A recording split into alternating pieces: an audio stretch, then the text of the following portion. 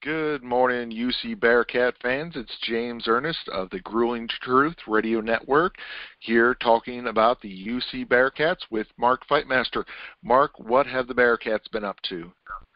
Well, James, it was a good run of basketball for the Bearcats this past week. With they toppled East Carolina and Wichita State. That was the one that I really wanted to see, was the Wichita game. So it was a 2-0 week.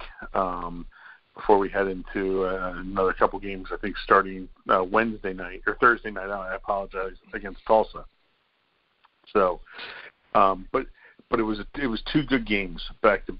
Well, I say two good games, but in reality, they were up 20 at half on East Carolina, and ended up beating them by 9. So there was they had a tough little second half there, but they won that game. A win's a win. Exactly. Yeah, I was going to say the East Carolina going, at home. Of course, we should win that, but I'm a little worried that they were able to. East Carolina 42 points in the second half. I doubt it was because we put the backups in. So I don't know. I'm kind of bothered by that. I am too. But then James, that Vance Jackson dude for East Carolina, he scored 35 points, and he could not miss. It was ridiculous how he was making. My brother and I used to joke around about Diego Guevara, who used to play for North Carolina Charlotte way back in the Great Midwest.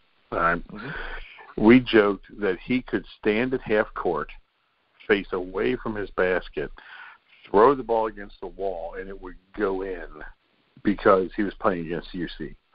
And I started to get that feeling with Vance Jackson that night. I was listening to the game. I couldn't watch it. I was listening to it, and it just seemed like every time he touched the ball, it was in the basket. And Dan Hoard made it sound like some of his shots were just kind of ridiculous. Yeah, and it seems like that's not the norm for him because, he's at 12 points for the season, per game. So, 35 is not him. And I think what could bother us out of that is the fact that a guy averaging 12 points on the season hit us for 35. But, if that's the worst thing to take out of that game, that's not horrible. I think that's something that can be fixed. Exactly. But, yeah, that definitely is kind of an odd one there. Yeah. Actually, when you mentioned about people making crazy and wild shots, it was a couple weeks ago, DeMar Johnson is I'm Facebook buddies with him, and he had one where he was standing behind the bench and he made a 3-pointer.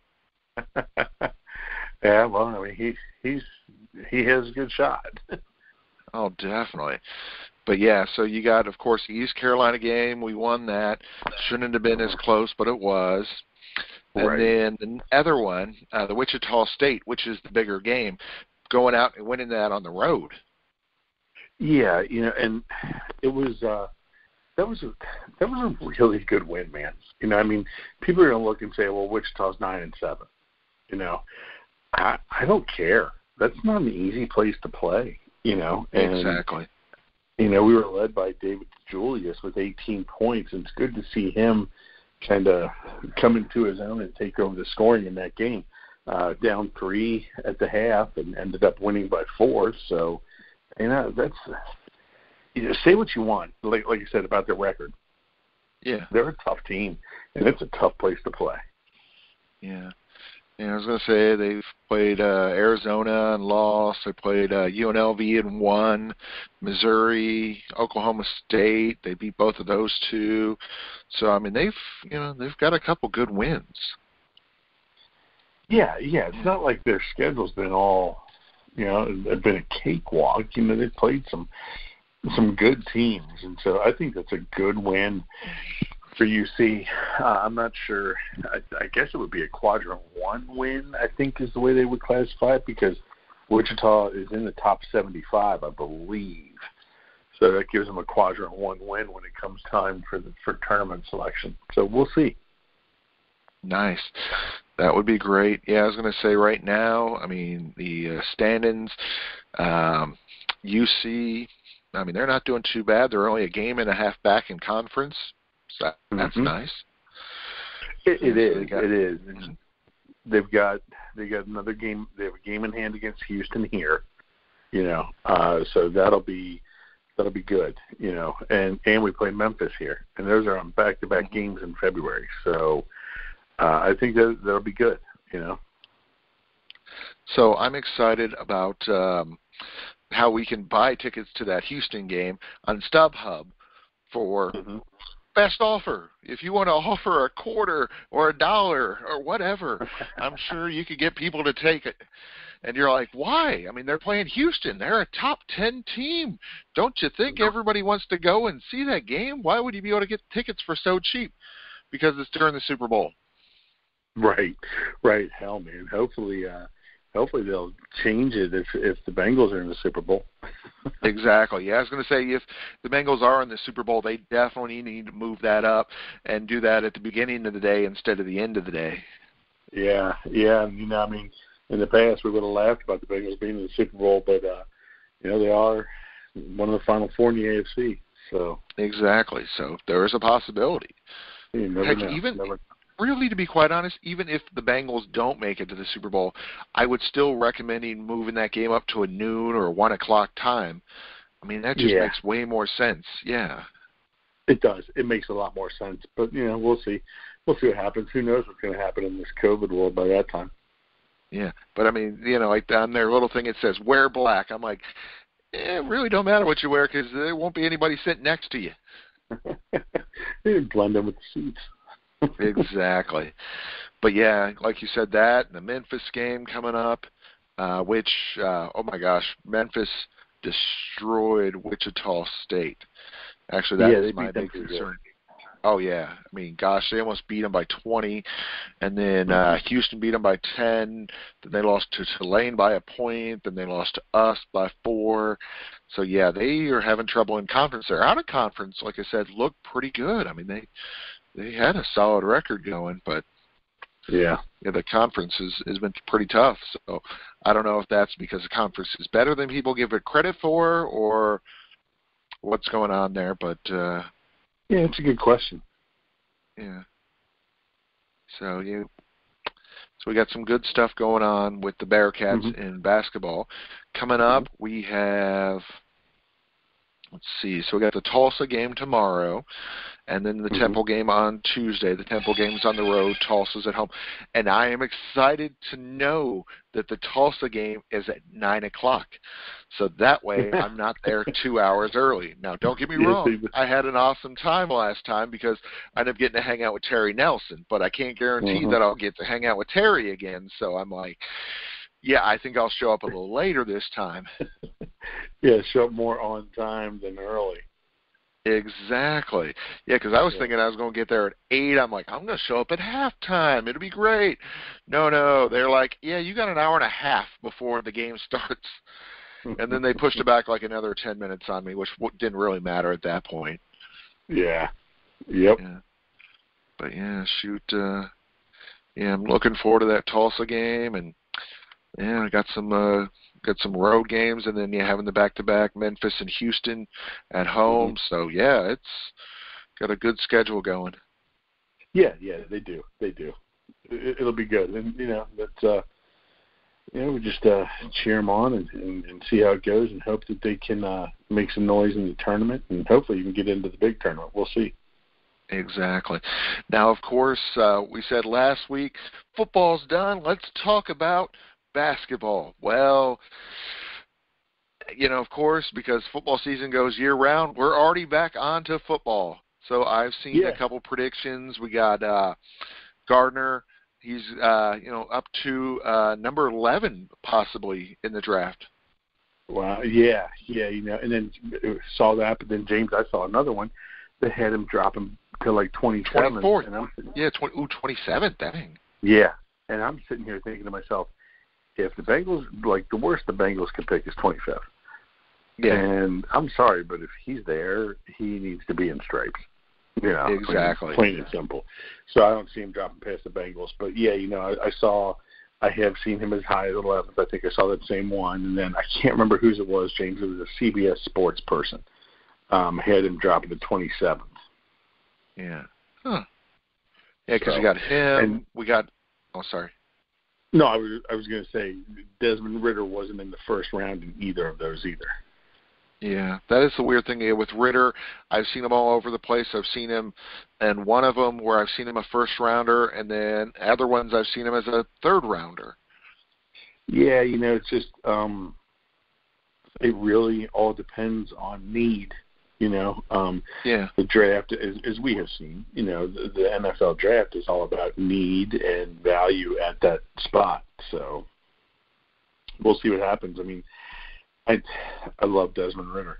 I don't see him going in the top 10 to a quarterback needy team. I don't know that he gives them the value that they would want. Now, does he make it to Pittsburgh? That might be the first place I could see taking him because they'll be picking in the 20 range. Exactly. And that might provide good value for a player like Ridder. I agree. Yeah, I was going to say, I think there'll be a spot for him. And then, we got a couple second rounders, Sanders and Bryant, both I think are going to be projected right around each other in the second round, kind of when they go on a run of defensive players. Yeah, I agree. I agree 100% there. I think second round is a realistic target for those two, with the possibility of dropping to the third being very real. Yeah, that is a possibility. I was going to say more so, I think, for Bryant than Sanders because the cornerbacks are pretty deep this year. They are. You're right. Yeah, I was going to say defensive ends, people always need pass rush, so, Sanders is pretty safe there. Yeah, I was getting ready to say something similar. The value of Sanders in the second round, I think, would be pretty high. He is an athletic edge rusher, and people are always looking for that. So I think he's in good shape. The real wild card is Ford, because I'm not sure where people are kind of gauging him or placing him. Yeah, I think we touched on it a little bit last week, James, is the value of running backs in the draft, Exactly. And I mean, seriously, the last we talked about Ezekiel Elliott, we talked about a couple other guys like that. But when the Bengals can get they got a Joe Mixon in the second round, and look at the Najee. I don't remember when the Steelers took Najee Harris, but I didn't think he was first round. When you can get running backs like that outside of the first round, what does that mean about Ford? Now, the thing is, Ford is a big physical runner, and the pros tend to like that. So we'll see what happens, but I could really see him being, and I hate to say this, I like the kid, and I think he's a great running back, but I could see, the earliest he goes maybe the fourth round. Oh, wow. That's my gut. And then Harris actually was a first rounder. Was he a first rounder? Okay, I couldn't remember. Yeah, I was surprised. I thought he was second. I really did, but yeah, he was a first rounder. Yeah, and James, I hope I'm wrong, but I really am thinking fourth round is where I see him going. And for coming out early, that isn't good. I mean, I get it if you're a senior and your time's up, and you take what you can get. But yeah, if you're a junior and people are saying that, then maybe you should have stayed. Yeah, possibly. We'll see. I mean, that's the thing about the draft. It is a crapshoot. So. And then Pierce is probably going to go fourth, as a lot of people saying, fourth round. Mm-hmm. Yeah, and then Cook probably fifth or sixth. Yeah. Yeah. And I think those are solid. I think those are solid spots for them, man. I mean, I really do. You got to remember, I mean, this UC team wasn't built of 4- and 5-star prospects. It was a lot of 2- and 3 stars with a couple 4s sprinkled in. Exactly. And for them to be going the way they're going and getting out there and getting drafted, I mean, it's really great that the program's come so far. Yeah, I agree. And I guess now that we talked about the recruits, maybe I could shift our focus a little bit and talk about some of the people that are returning. You and I were kind of talking about that before we went on the air. You said Pace and Bryant are coming back. Exactly. Yeah, Ben Bryant is coming back, and then Pace, I think his brother played for the Bearcats. That's why his name sounds familiar. Yeah, Ivan Pace, who was up at Miami of Ohio, is coming down to play for Cincinnati, and then, Ben Bryant coming back from East Michigan. Yeah, and I think that's good. It gives us a couple solid kind of backup role players. You know, I mean, I think what we were saying that you were saying that Bryant's going to be a senior. Mm-hmm. And so I mean, for him, I'm thinking he thinks he's going to start though, if he's coming back. I think he does too. I don't know how realistic that is, but you know what? I mean, if he starts, that's good. If he doesn't, that's fine too, because he'd be a good backup. Yeah. So definitely. We'll he had like 3,000 yards up in Michigan, East Michigan. So I mean that. It'll open up some competition for Prater, you know, and that can't be a bad thing, you know. But with those two returns, I think, James, the biggest return was announced, kind of hinted at, or maybe announced today. I can't remember. Kerry Combs is coming back. Oh wow! Yeah, we lost our cornerbacks coach, and I can never remember his last name, to Ohio State. He went up to coach the safeties up at Ohio State in the massive turnover that they're having on defense. But that kind of opened things up for Kerry Combs to come back. And so he's going to be, and I read it, and I'm probably going to forget, but I think special teams coordinator and cornerbacks coach. Huh. I think. Hey. But, I mean, his title to me is irrelevant, because we're bringing back a top recruiter, you know. I mean, Kerry Combs, before he went to Tennessee to be with Vrabel, he was Ohio State's top recruiter, you know. And I think bringing him back down here to Cincinnati to recruit his hometown is just huge. Oh, definitely, yeah. Somebody like him who's going to be able to bring in the talent. Well, yeah, you know, I mean, and think about it, you know. Now, if you are a kid being recruited by, let's say, Cincinnati, Notre Dame, and, you know, Indiana, a couple of those big schools, maybe even Ohio State, and you've got your recruiting coach coached in the pros, I mean, good Lord, you know, I think that's it's going to have some weight to it, yeah. Yeah, I think it's a big positive for UC. Definitely. So it seems like there are a lot of positives going out there. Fickell just keeps racking up coaching awards. I mean, everybody's doing well. Yeah. It's right now. It's a good time to be a Bearcat. Definitely. Any final thoughts before we let the fans go? No, you know, let's get 2 big wins this week. You know, I don't think that either of these games are going to be too pressing. Of course, one of them's Temple, and we know how they always play tough against us. But I think let's get a couple wins, and we'll talk about it next week. Sounds great. It's been James Ernest and Mark Fightmaster for UC Bearcats on the Prowl, part of the Grueling Truth